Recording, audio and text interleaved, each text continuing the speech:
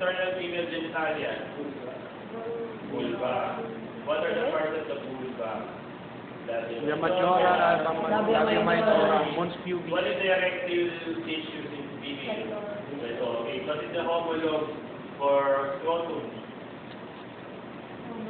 Homologue for scrotum in female. Labia majora. Labia majora. Labia majora. Malambot yun. Diba scrotum? Malambot yun, gago. Totoo naman. Balot yun. Oo nga. Scrotum naman sa Tagalog niya. Betlog. Ano pa ba? It is the tiny growing population. Vagina. Ano, sir? Ano? It is the tiny growing population. What is Gusto the ko normal mag-timpla lang position malamog. of the uterus? Ano po, sir? Normal position of the uterus. Pa-V?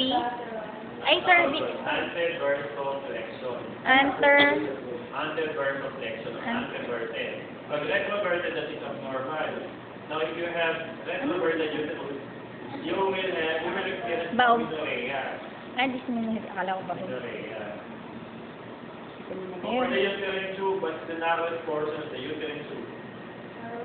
The ampulla. Ano? Ampule. Ampula.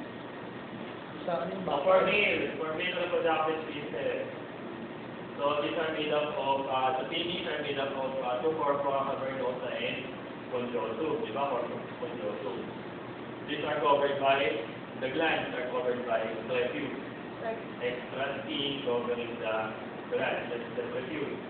Another sense organ Prepuce. in male, the prostate gland. So remember, the prostate gland has 5 lobes. Two important lobes are the median and the posterior lobe. Kasi on the median lobe, these are usual site for benign mass. On the posterior lobe, these are common site for malignant mass. Malignant